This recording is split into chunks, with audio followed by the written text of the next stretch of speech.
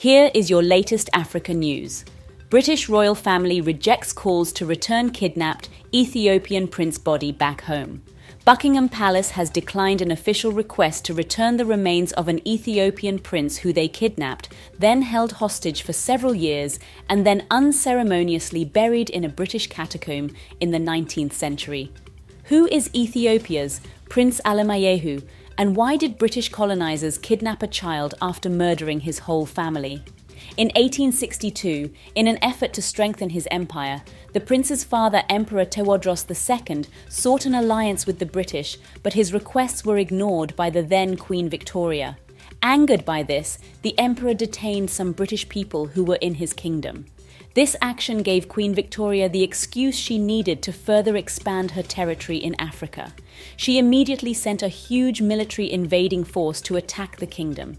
It comprised of some 13,000 British and Indian troops. The force also included officials from the British Museum, in anticipation of what they were going to do: kill, loot, then plunder. In April 1868, they laid siege to Tewodros's mountain fortress at Magdala in northern Ethiopia, and in a matter of hours overwhelmed the defenses. The emperor decided he would rather take his own life than be a prisoner of the British colonist. After the massacre of the Ethiopian people, the British looted thousands of cultural and religious artifacts. These included gold crowns, Bibles, manuscripts, necklaces, and royal dresses. Historians say dozens of elephants and hundreds of mules were needed to cart away the treasures worth billions of dollars in today's money. These priceless items are today scattered across European museums and libraries, as well as in private collections. Not satisfied with the carnage and chaos they caused, the British also kidnapped Prince Alemayehu and his mother, Empress Tiruwerk Wuba, as a tribute to Queen Victoria. Sadly, the empress mysteriously died on the voyage, leaving the young prince orphaned.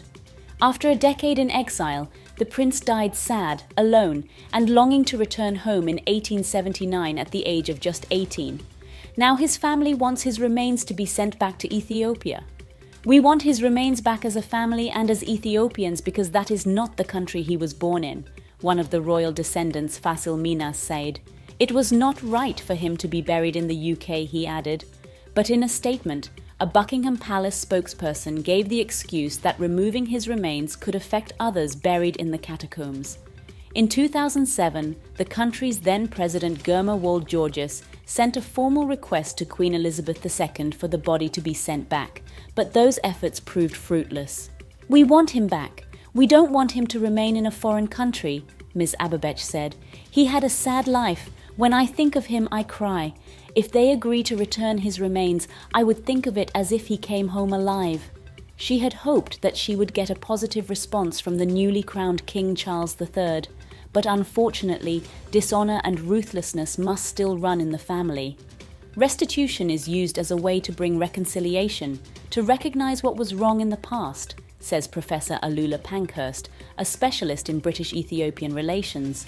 He believes the return of the body would be a way for Britain to rethink its past. It's a reflection and coming to terms with an imperial past. Let us know what you think of this story in the comments below. You can show your support by liking and sharing this video. It really helps us out with the YouTube algorithm.